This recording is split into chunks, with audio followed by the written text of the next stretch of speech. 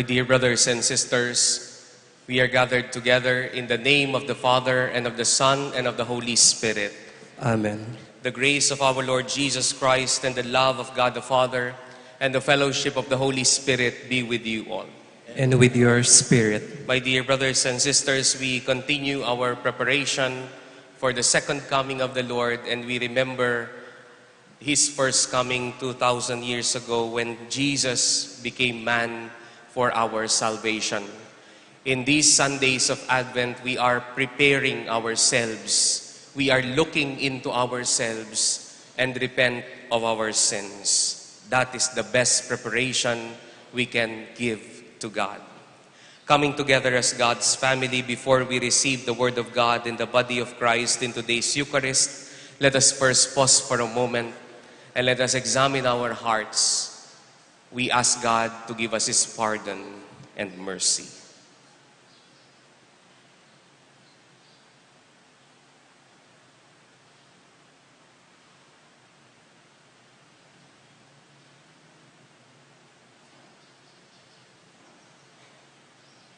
Lord Jesus, you are mighty God and Prince of Peace. Lord, have mercy. Lord, have mercy. Lord Jesus, you are Son of God and Son of Mary. Christ, have mercy. Christ, have mercy. Lord Jesus, you are Word made flesh and splendor of the Father. Lord, have mercy. Lord, have mercy. May Almighty God have mercy on us, forgive us our sins, and bring us to everlasting life. Let us pray. Almighty and merciful God, may no earthly undertaking hinder those who set out in haste to meet your Son, but may our learning of heavenly wisdom gain us admittance to his company, who lives and reigns with you in the unity of the Holy Spirit, God, forever and ever. Amen.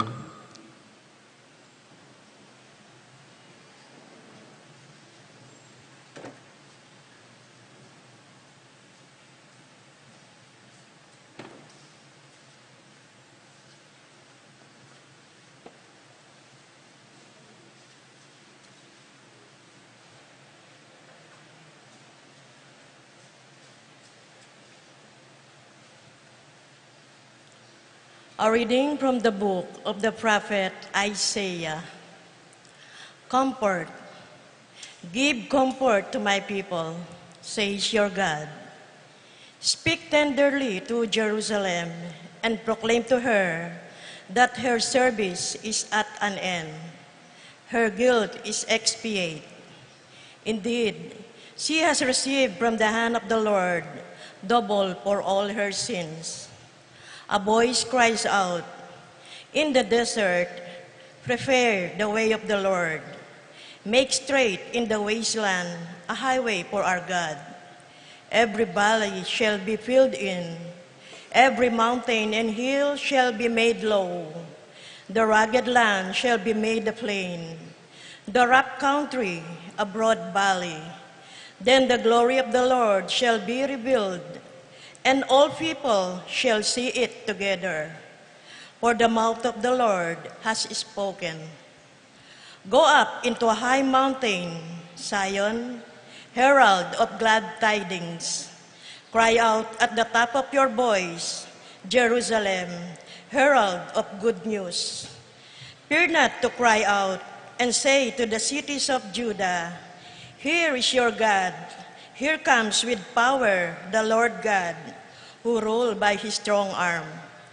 Here is his reward with him, his recompense before him. Like a shepherd, he feeds his flock. In his arms, he gathered the lamb, carrying them in the bosom and leading the ewes with care. The word of the Lord. Thanks be to God.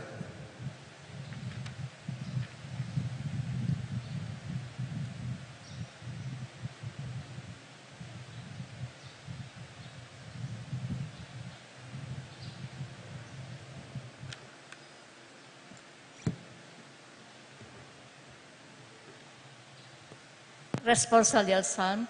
Lord, let us see your kindness and grant us your salvation. Let's sing all together.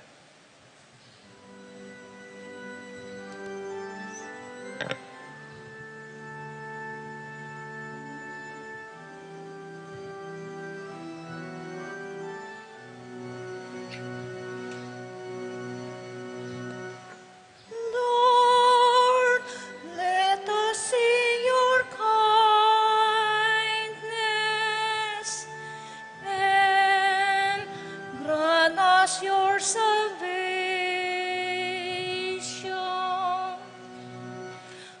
Lord, let us sing your kindness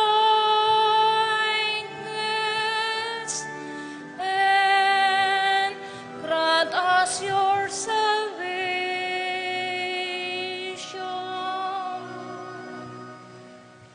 I will hear what God proclaims, the Lord, for he proclaims peace to his people. Near indeed is his salvation to those who fear him, glory dwelling in our land.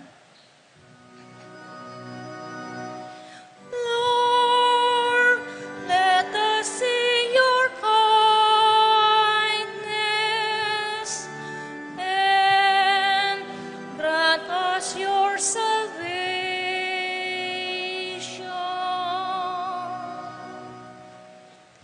Kindness and truth shall meet, justice and peace shall kiss. Truth shall spring out of the earth, and justice shall look down from heaven. Lord, let us see your kindness and grant us your salvation.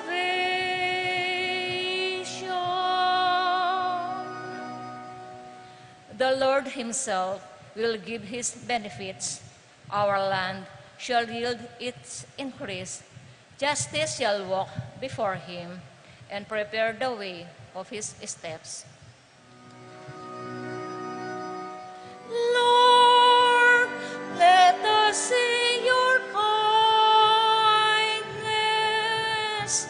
and grant us your salvation.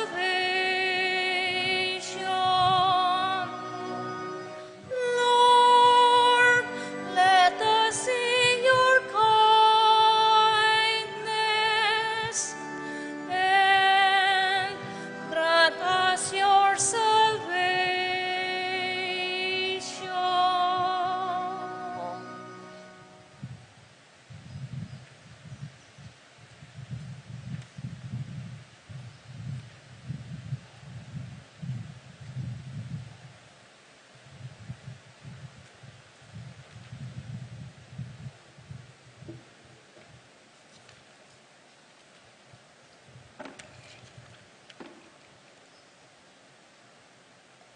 A reading from the second letter of Saint Peter. Do not ignore this one fact, beloved, that with the Lord, one day is like 1,000 years, and 1,000 years like one day. The Lord does not delay his promise, as some regard delay, but he is patient with you, not wishing that any should perish, but that all should come to repentance. But the day of the Lord will come like a thief, and then the heavens will pass away with a mighty roar, and the elements will be dissolved by fire, and the earth and everything done on it will be found out. Since everything is to be dissolved in this way, what sort of persons ought you to be, conducting yourselves in holiness and devotion, waiting for and hastening the coming of the day of God, because of which the heavens will be dissolved in flames, and the elements melted by fire? But according to his promise, we await new heavens and a new earth, in which righteousness dwells. Therefore, beloved, since you await these things, be eager to be found without spot or blemish before him at peace. The word of the Lord. Thanks be to God.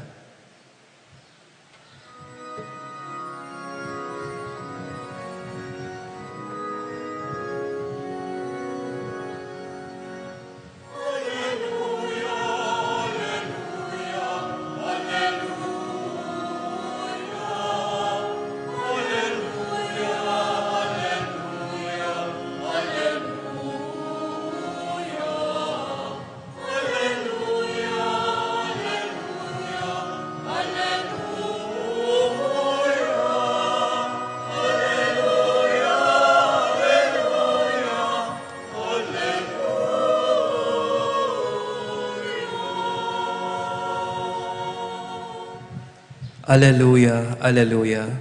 Prepare the way of the Lord, make straight his paths. All flesh shall see the salvation of God. Alleluia, Alleluia.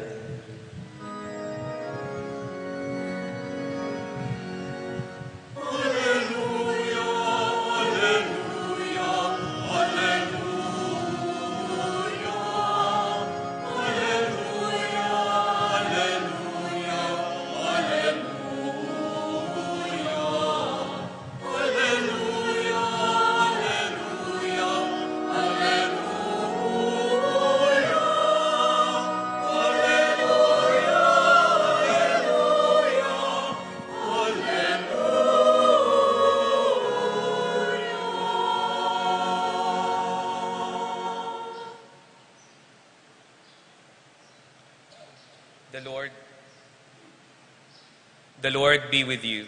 And with your spirit. A reading from the Holy Gospel according to Mark. Glory to you, O Lord.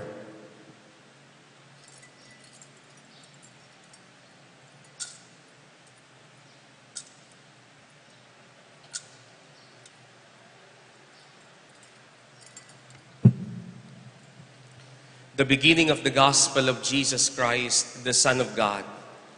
As it is written in Isaiah the prophet, "Behold, I am sending my messenger ahead of you.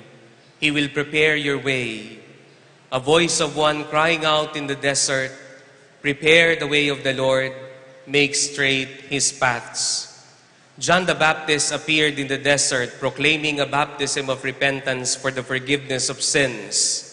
People of the whole Judean countryside and all the inhabitants of Jerusalem were going to him and were being baptized by him in the Jordan River as they acknowledged their sins.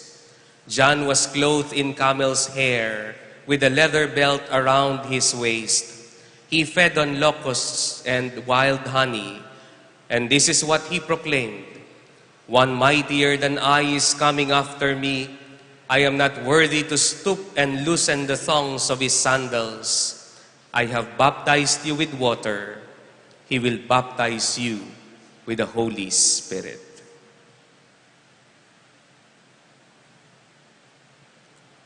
My dear brothers and sisters, the Gospel of the Lord. Praise to you, Lord Jesus Christ.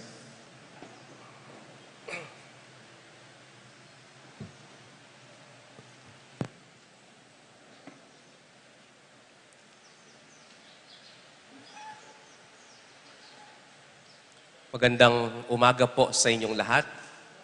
Good morning to all of you. Please greet your seatmate with a good morning. Good morning po. We continue to journey together, and we thank God for this gathering, for this Mass, so that He may continue to form us in this Advent journey. At lagi ko pong sinasabi sa inyo na ang Adbyento ay hindi patungkol talaga sa Pasko. Hindi pa ito sa Pasko. Kaya nga ang Adbyento, hindi ibig sabihin ay yung mga kanta na ni Jose Marichan.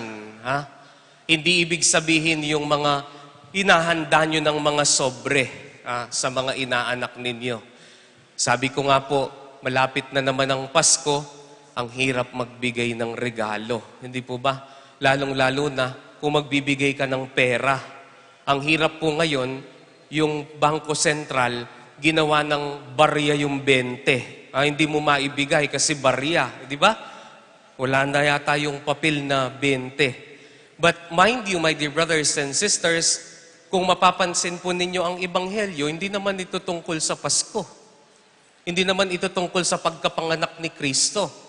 Because we always remember that Advent is always a preparation, our spiritual preparation, so that we may prepare ourselves for the second coming of the Lord, who will become our judge, and we remember and prepare ourselves as we remember to face Christmas, the first coming of the Lord 2,000 years ago. That is why Advent has two characters. the preparation for the second coming and the preparation for our remembrance of the first coming. Ano po ba ang paanyaya sa atin ng mabuting balita na maaari nating gawing paghahanda, no, sa Adbyentong ito? Lalong-lalo na nang marinig natin si San Juan Bautista. Noong po ako'y bagong pari pa, ako po'y nagbabrowse ng aking Facebook at nakita ko po yung jackpot sa loto. 256 million. Gusto niyo po ba yun? Ang plastic niyo. Ayaw niyo yung 200. Ako gusto ko. Sarap yatang ilagay sa bangko yun, no? Bakit? Hindi naman sa marami kang bibilhin. Di ba? Marami kang magagawa, marami kang matutulungan, marami kang magagawa sa 256 million. Lalong-lalo na talaga kapag tumama ka sa loto. Pero, lagi nating sinasabi, ang mga nananalo lamang yung mga tumataya. Hanggang pangarap lang ako dahil hindi naman ako tumataya ng loto. Pero, totoo naman yun, hindi po ba? Ang mga may tsansang manalo, hindi lahat. Ang may tsansang manalo, yung marunong lumaban. Yung marunong tumaya. Naalala ko po nung ako po'y high school pa, dahil kami po'y tinuturuan ng iba't ibang sports sa eskwelahan, ay nagkaroon po kami ng tournament sa volleyball. At nang dumating na po yung araw ng laro, ang ginawa po ng aming coach ay hindi po kami pinasobrahan sa team. Ang ginawa lang po niya, 6 lang ang pwedeng sumali. Kaya nga po, nung oras na ng laban, 5 lang kami. Wala yung isa naming teammate. Kaya nga nung oras na, ang sabi ng coach, ang sabi ng referee, kapag hindi pa yan dumating after 10 minutes, talo na kayo. Hindi siya dumating. Kaya kahit hindi kami lumaban, talo kami. Ang tawag po doon sa English ay losing by default. Losing by default means you did not even fight. That is why you lose. Hindi ka lumaban, kaya natalo ka. Ang mga nananalo lamang, yung mga lumalaban. Mga kapatid, ngayon po'y narinig natin sa Ebanghelyo ni San Marcos na si San Juan Bautista ay nangangaral ng pagsisisi ng kasalanan. Hindi lang po ito sa pagsisisi, kundi sa paglaban sa kasalanan, sa paglaban sa tukso. Alam niyo po kapag po tayo'y nangungumpisal, hindi lang po yung pinapahayag natin yung kasalanan natin so that God may forgive us. It also requires what? Our resolve to move away and fight temptation. Alam niyo po si San Juan Bautista, bago po siya muling lumabas sa bayan ng Israel, it was 400 years after Prophet Malakay. Pagkatapos po ni Propeta Malakias, 400 years hindi po nagpadala ng propeta ang Panginoon dahil sa katigasan ng ulo ng bayan ng Israel. Dahil sa katigasan ng kanilang ulo at sa kanilang mga kasalanan, nanahimik ang Diyos at hindi na nagpadala ng propeta. 400 years without a prophet. But now John the Baptist is here after 400 years. Kaya po king Kapampangan, meniglola rening tao atin tamong bayong propeta magsalitaya tungkol king Apong Ginoo.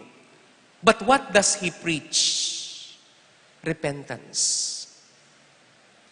He is preaching that we, through the grace of God, may not just lose to sin by default, but to fight,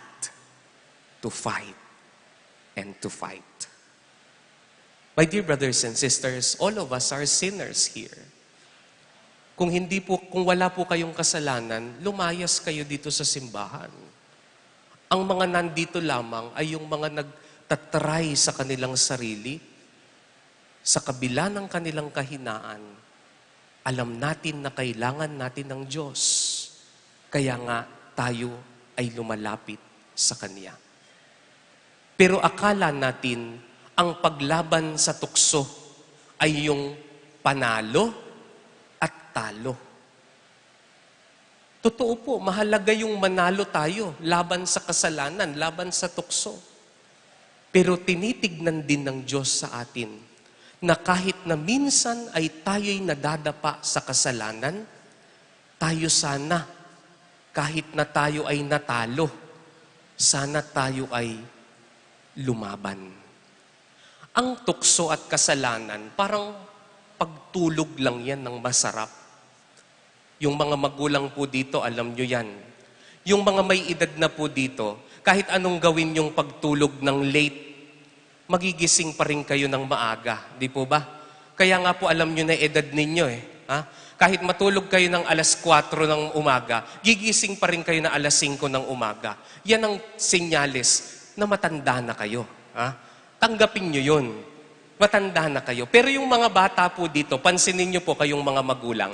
Kapag papasok po yan, kung halimbawa magigising po sila ng alas 5 bago po sila pumasok ng eskwela, mag-a-alarm po yan. Di ba mga bata, masarap matulog, no? Mag-a-alarm po yan. Kung magigising sila ng alas 5 dapat, hindi lang isang alarm yan sa cellphone. Check nyo man. I-alarm nila yung alas 5.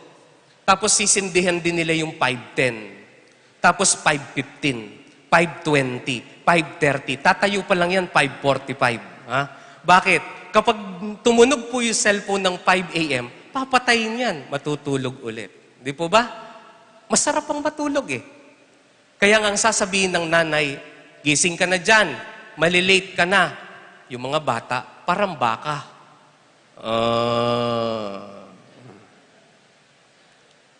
Ganun lang yun. Kung gusto mong manalo sa tulog, pag tumunog na yung alarm mo, tumayo ka. Labanan mo yung tulog. Kasi kapag King Kapampangan, ustong paynabo ka, masira yung schedule mo. Hindi ka makakapasok. Kaya ang dapat mong gawin sa pagtulog, labanan mo, tumayo ka, maligo ka. That is just like temptation. At least, sana man lang, yung mga tukso na dumarating sa buhay natin, sana man lang lumalaban tayo. Hindi yung natatalo ka lang nang hindi ka lumalaban. Hindi yun ang buhay Kristiyano.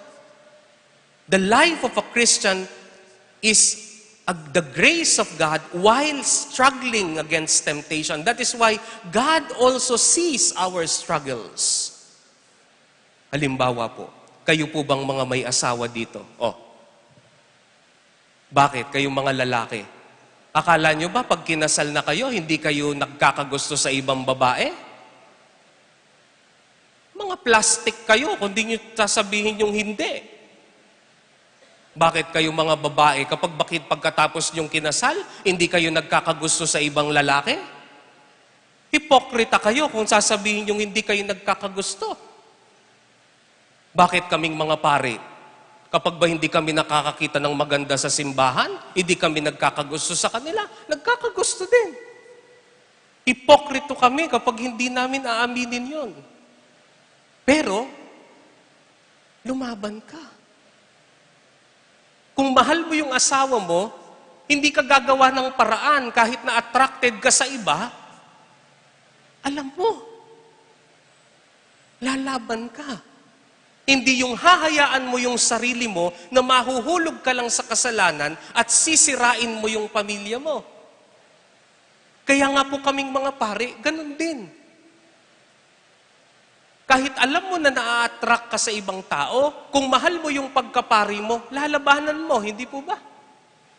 Ganun lang naman, hindi mo matatanggal ang tukso sa paligid.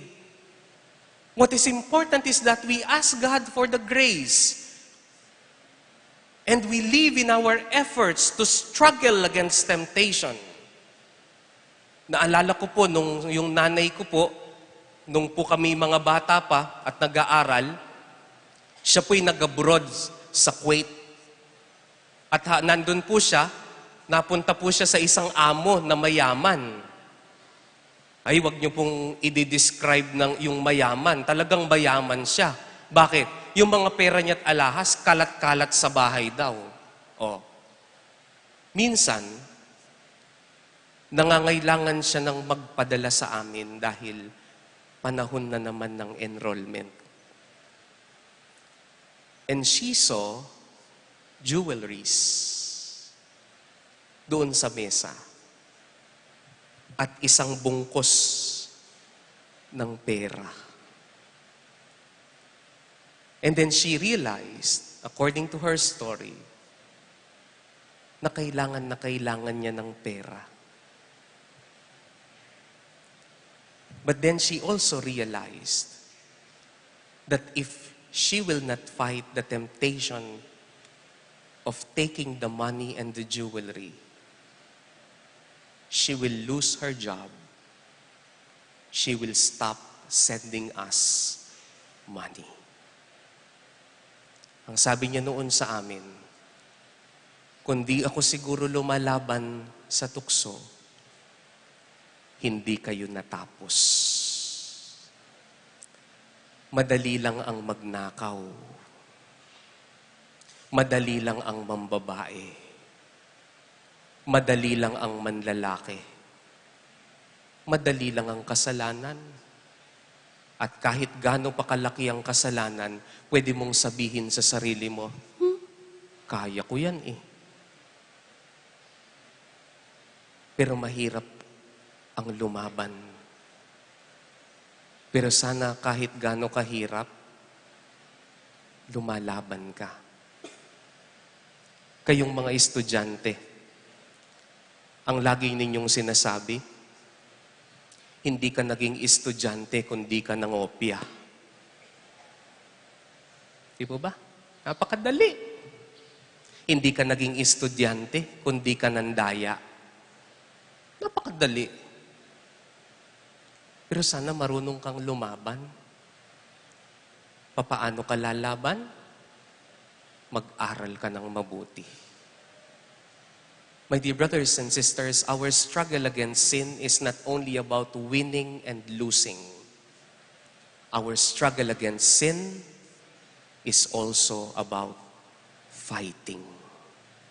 Bilang panghuli po, nung ako po'y nasa previous assignment ako, meron pong isang lalaki na 50 years old na lumapit po sa akin. At sabi niya sa akin, Father, gusto kong maging tapat. Kapag po ako'y nakakakita ng malaswa sa aking cellphone, hinahayaan kong mahulog yung sarili ko. I continue to browse and look for sexual videos. But Father, I love my family. Meron po akong 2 anak. Ang sagot ko lang sa kanya ay, sa'yo na mismo nang galing. May tukso kang pinagdadaanan at mahal mo yung pamilya mo. Mamili ka. Yung pagmamahal mo sa pamilya mo o yung tukso kung saan ka nagpapahulog. Nakalimutan ko na po yun, yung pag-uusap namin. Kaya po pagkatapos ng ilang buwan, lumapit po siya ulit sa akin. Pinagmamalaki niya po yung bago niyang cellphone. At ang sabi niya sa akin, Father, tignan niyo tong cellphone ko, bago. Sabi ko, luma. Ay, bago yan, Father. Kakabili ko lang kanina niyan sa SM. 800 nga lang yan, Father eh. Bumili po siya ng bagong cellphone. Yung black and white. Yung di-keypad. Yung walang internet. Yung kapag nagte-text ka, pindot-pindot ng ganun para makuha mo yung letra. Di po ba? Sabi niya sa akin, ang mahalaga lang naman, Father, yung makatext ako at makatawag. Kaya ito siguro yung paraan ko. I cannot anymore browse the internet. I cannot anymore see temptation. Brothers and sisters, the best preparation this Advent is a heart that struggles and fights against sin. And always remember that our struggle against sin is not just about winning or losing. It's also about fighting. At least kahit minsan ay natatalo tayo sa tukso at kasalanan, alam ng Diyos, lumaban tayo. Amen.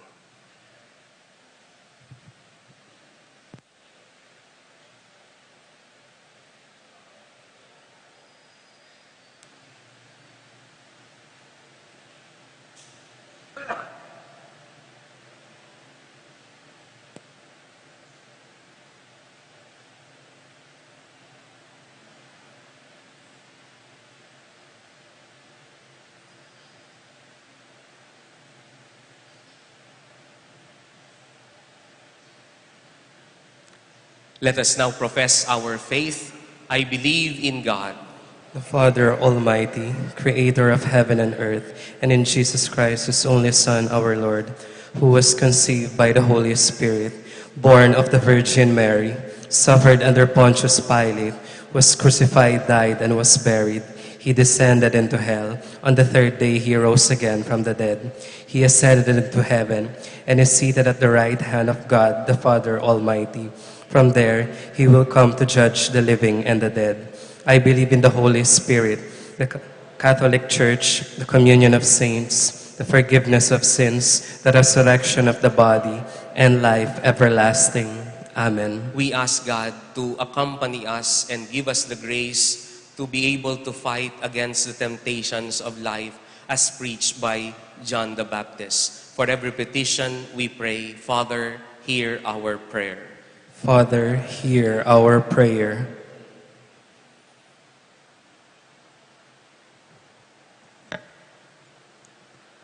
For the Church, like John the Baptist, who pointed to Christ, may the Church proclaim with renewed vigor to the men and women of today that Jesus Christ is the Redeemer of humanity and the Lord of history, we pray. Father, hear our prayer. For government and civil leaders, like John the Baptist, who profess his unworthiness, to stop and loosen the thongs of the Messiah's sandals, may they recognize their own sinfulness and unworthiness and experience God's gift of conversion, we pray. Father, hear our prayer. For consecrated men and women, like John the Baptist, may they prepare the way of the Lord through their acts of service to the least of our brothers and sisters, we pray. Father, hear our prayer. For those who, for a long time, have stayed away from the sacrament of reconciliation, may they experience the season of Advent as a time of renewing their relationship with you, Father, and continuing Christ's mission of love and service, we pray. Father, hear our prayer. May our family members, relatives, and friends who have died experience everlasting joy in the company of our Lord and Savior, Jesus Christ, we pray. Father, hear our prayer. We bring to you, Almighty Father, our petitions and our prayers, and we ask you to hear them through Christ our Lord. Amen.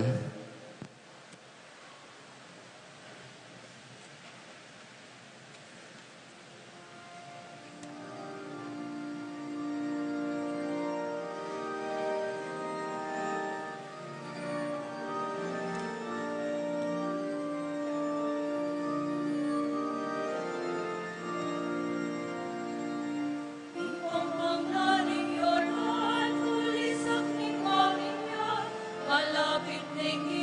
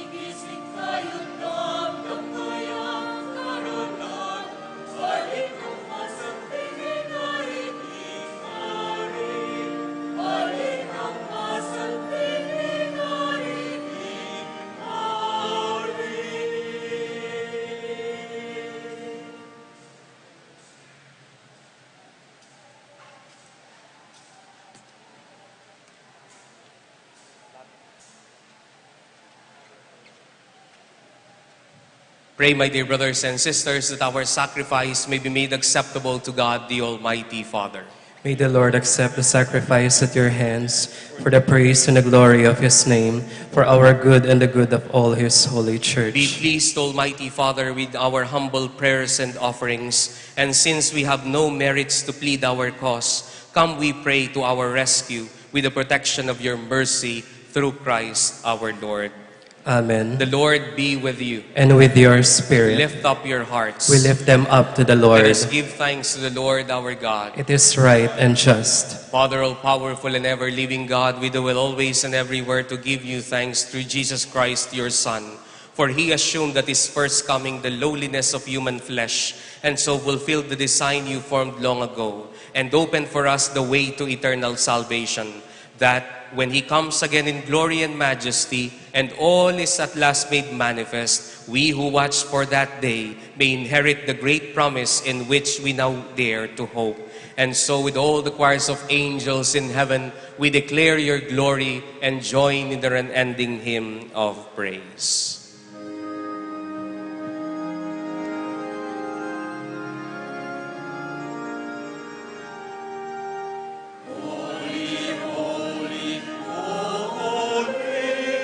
Lord God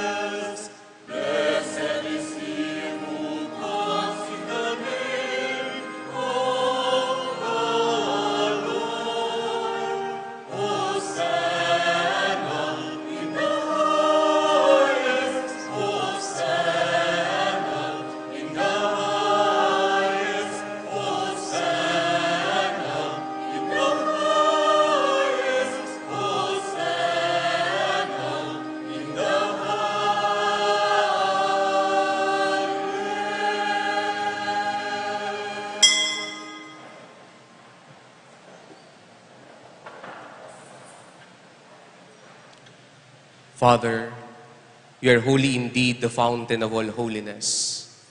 Let your Spirit come upon these gifts to make them holy, so that they may become for us the body and blood of our Lord Jesus Christ. Before he was given up to death, a death he freely accepted, the Lord Jesus took bread. He gave you thanks and praise, Father. He broke the bread and gave it to his disciples, and he said, "Take this, all of you, and eat of it. This is my body, which will be given up for you."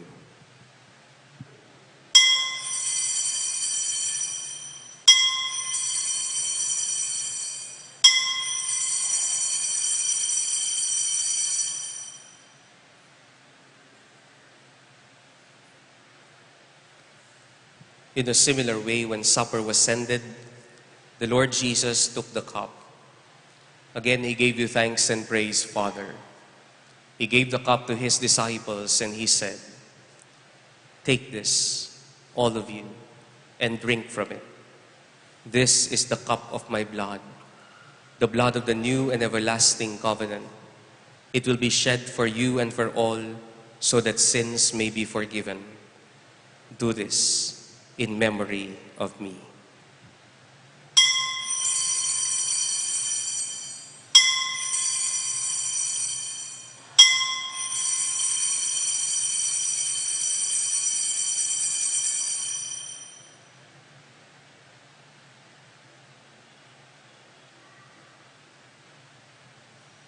Let us now proclaim the mystery of our faith.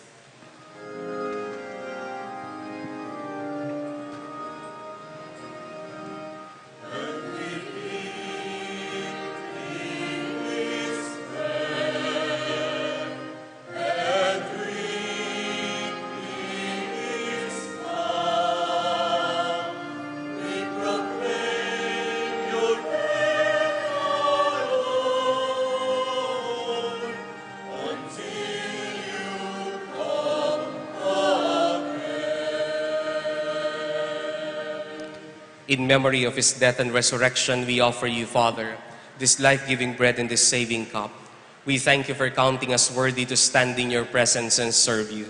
And may all of us who share in the body and blood of Christ be brought together in unity by the Holy Spirit. Father, remember your church throughout the world and make us grow in love together with Francis, our Pope, Florentino, our Bishop, and all the clergy. Remember also our brothers and sisters who have gone to their rest in the hope of rising again. Bring them and all the departed into the light of your presence. Have mercy on us all, and make us worthy to share eternal life with Mary, the Virgin Mother of God, Saint Joseph, with the apostles and all the saints who have done your will throughout the ages. May we praise you in union with them and give you glory through your Son, Jesus Christ. Through him and with him and in him, O God, Almighty Father, in the unity of the Holy Spirit, all glory and honor is yours forever and ever.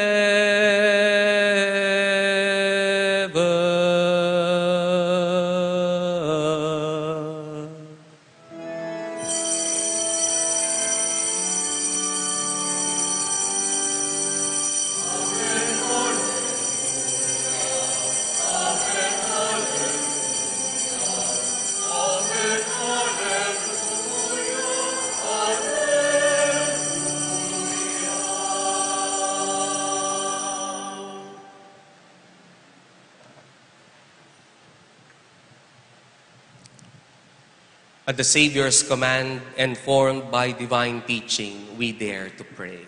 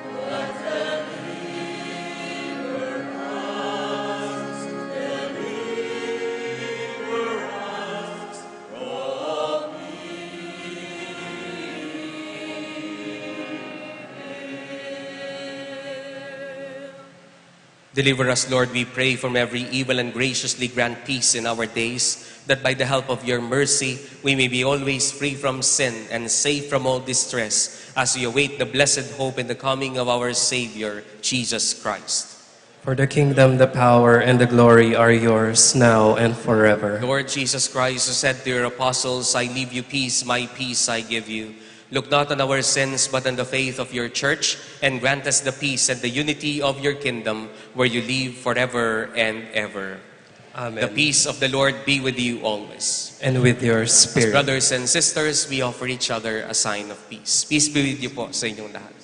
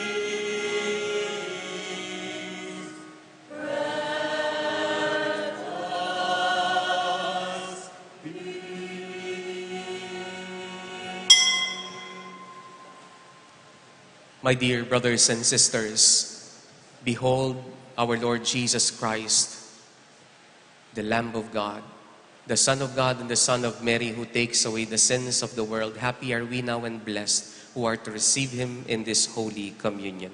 Lord, I am not worthy that you should enter under my roof, but only say the word, and my soul shall be healed.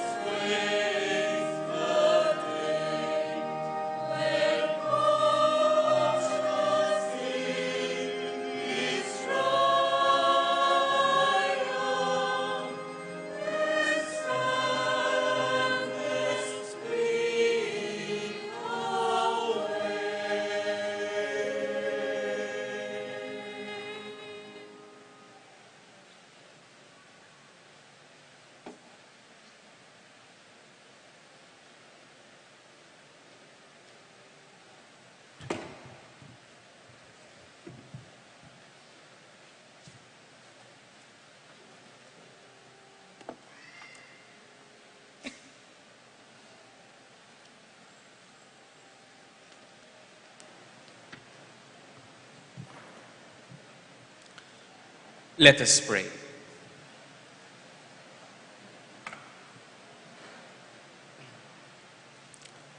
Replenished by the food of spiritual nourishment, we humbly beseech you, Almighty Father, that through our partaking in this mystery, you may teach us to judge wisely the things of earth and hold firm to the things of heaven through Christ our Lord.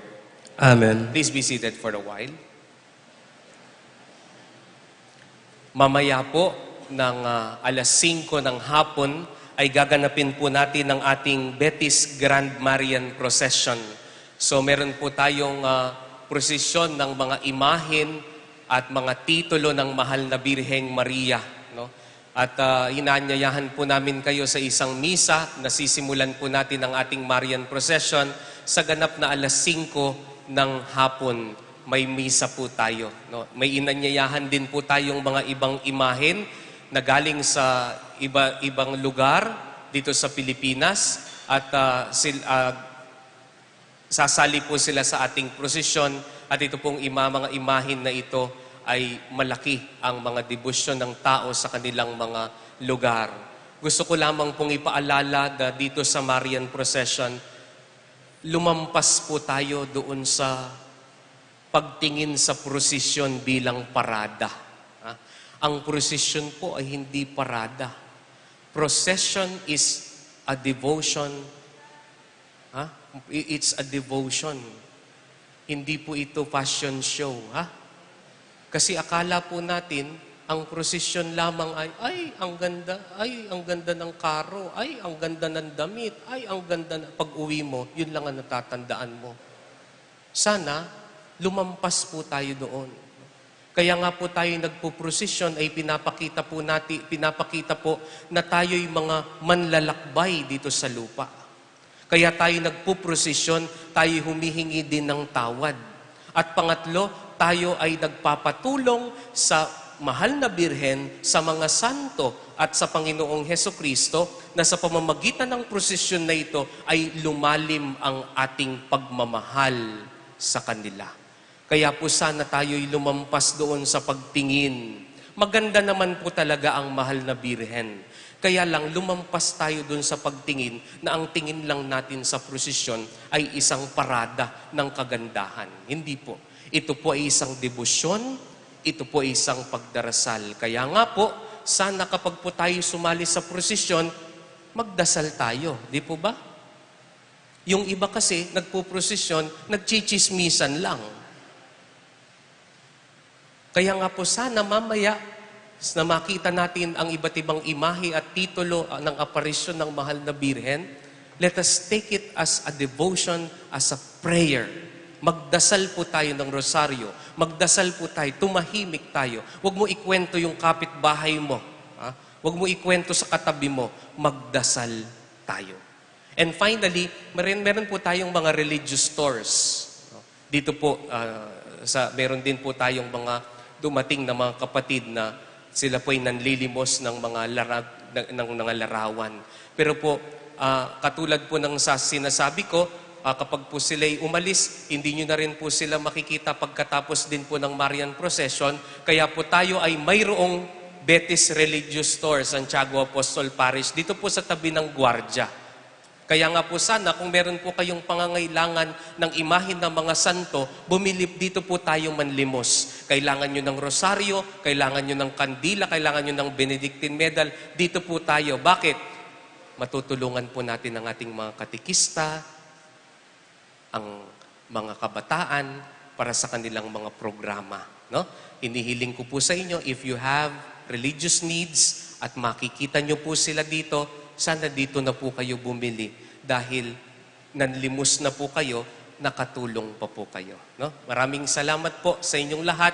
Magkita-kita po tayo mamaya alas 5 ng hapon para sa ating debosyon sa mahal na Birheng Maria sa pamamagitan ng ating Betis Grand Marian Procession. Magsitayo po kayo.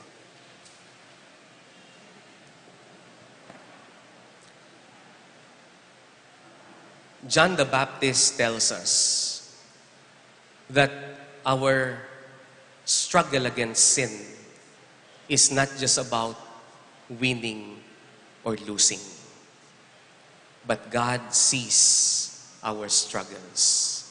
Sana kung sakali mang mahulog tayo sa kasalanan, masabi natin sa Diyos at nakita ng Diyos, lumaban tayo. The Lord be with you. And with your spirit. And may Almighty God bless you and your loved ones, the Father and the Son and the Holy Spirit. Amen. The Eucharist has been offered. Let us now go fight temptations. Thanks be to God.